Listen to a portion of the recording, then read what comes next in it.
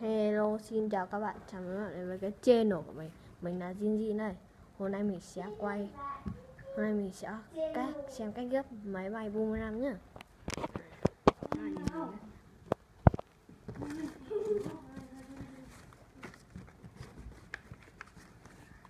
Cầm đi quay cái giấy này em cầm. Đấy, quay nào.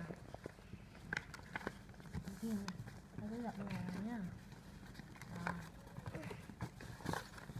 Ô bà ơi, vậy em mình sổ.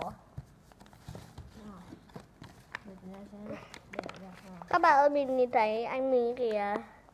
Cứ quay đấy, cứ quay giấy này. Đấy. Rồi. Có để. Bây giờ bắt đầu cái cạnh này nhá. Đây là gập vào. Anh ơi, em ngứa quá. Có nhìn. Có nhìn thấy cái dấu này không? Dấu này thì chúng ta sẽ làm lên cho vào đây nhá. Rồi, các bạn sẽ uốn nó vào trong.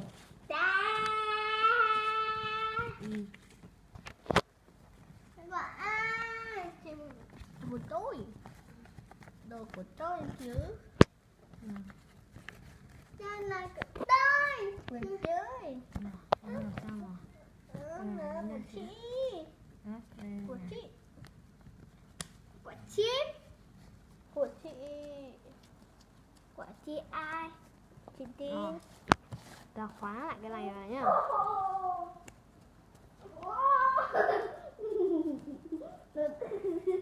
Rồi,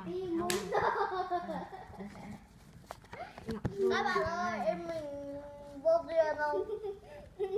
Nhìn em mình vô duyên nữa là vô duyên.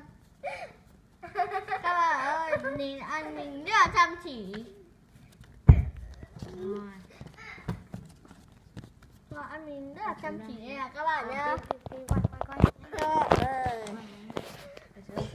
Anh em các bạn ơi, anh mình kìa, anh mình đang chuẩn bị đấy. Chuẩn bị anh cho anh mình đang rất là chăm chỉ. Tin quay ấy.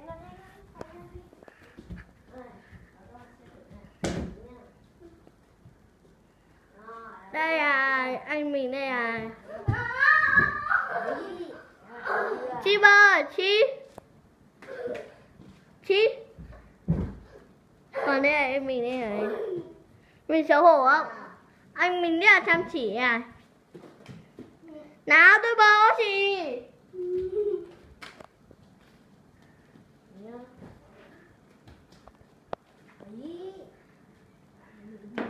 Chào Chi mượn nhá. Các bạn ơi, Hẹn gặp lại em sau. Bye bye. Các bạn hãy nhớ like và share và ủng hộ subscribe cho mình nhá. Đây là em.